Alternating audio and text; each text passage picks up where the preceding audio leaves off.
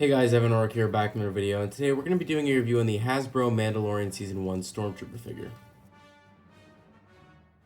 So I want to make clear that in the Christmas haul video, because we are now starting the figure reviews of the things I got for Christmas, I had called this the Kenner figure. Now, Kenner did in fact make figurines like this, made Star Wars figures like this, but they rebranded into what is called Hasbro's. So yeah, I do take a little bit of a trip back in time and apologize for that mishap in that video. But anyways, let's get into the review of this figure. Again, this is one of the 4 Hasbro figures that I got for this year's Christmas, so there are going to be 3 more reviews coming up based off of just the Hasbro figures. So let's get into my favorite part about this figure, which is the detail. The detail on this figure is in fact my favorite, and the reason why I'm probably going to give a lot of credit to detail for a lot of the incoming Star Wars figures that are, of this size is because they're of this size. They're literally like, what, 4 inches, but yet they have really, really good detail. Now, of course, it's easier to give detail on a bigger figure because it's bigger. You have more space to do details, but it is much more impressive when you can give really good details on a smaller inch figure like this one. For example, we have some nice detail on the waist here with those little buttons around the belt here as well. We have some nice details. Really good details on the back, and of course, facial detail is accurate to the Stormtrooper design. It's actually funny, this is the first review of 2023 because I believe my first review of last year or the year before it was a Stormtrooper figure as well. But anyways, not to get sidetracked, you guys get the picture. Detail for a 4-inch figure on this is really, really nice. So let's get into the next thing I like about this figure.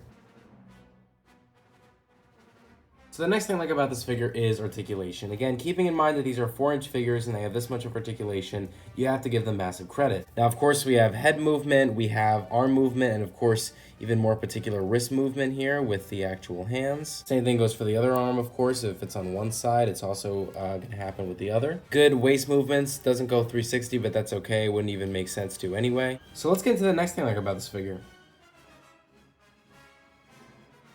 So the next thing I like about this figure is the paint job. Now the paint job is a solid average, while everything I just gave as a pro or pros were above average. The reason why it's a solid average is because, they couldn't really have done much when I say this, but there isn't much to give about the paint job. To be totally fair, it is primarily 2 colors. Now of course, it's also worth mentioning that with this figure, what's nice about it is it's more colors with the yellow. Now that is something that I do think does give the paint job not an under average, but a solid average. That is accurate to the design. If you recall in Mandalorian Season 1, many of these Stormtroopers were, kind of ruffled up, and it's the reason why they look like this, because it was the Empire and it had collapsed by this point in time of the Star Wars franchise. So again, the little bit of yellow, the little bits of black dots all over the place, those are not paint scuffs. That is accurate to the design.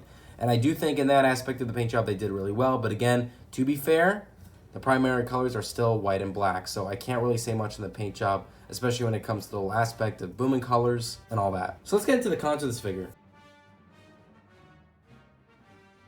So when it comes to the cons of this figure, my main cons really is only one major one. I don't really have any nitpicks. It's hard to give lots of cons when figures are this small. But the major con is the leg joints. Now, if you'll notice when I talked about the articulation, I said it was a pro because, primarily you had the right amount of articulated joints, you had the arms, the head, all that. But if you'll notice back a few more seconds in that review, I did not say anything about the leg joints. And that's because the leg joints, for some reason, are awkwardly stiff. Now, again, this wouldn't be because it just came right out of the packaging, because that doesn't explain why every other joint moves so nicely. It's more so of an issue where, I don't know, I just feel like I can't pressurize the knee joint where you can very clearly see 2 joints to move, because I don't know why. I just get this feeling that it'll break, and last thing I want to do is break something I just got for Christmas. So again, the leg joints are unnecessarily stiff, and for that reason I have to take a whole point off, because again, I don't know why. It's just, that doesn't make any sense. The articulation could have been a lot better. Maybe would have been my favorite part about this figure had that not been an issue. So anyways, guys, I would rate this figure a 9 out of 10. These figures are very affordable. They're around 15, 13 bucks. Very, very nice. And I got them on Big Bag Toy Store.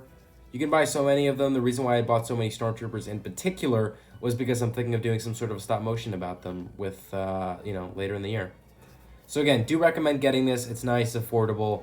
With little problems, it is definitely worth the buy.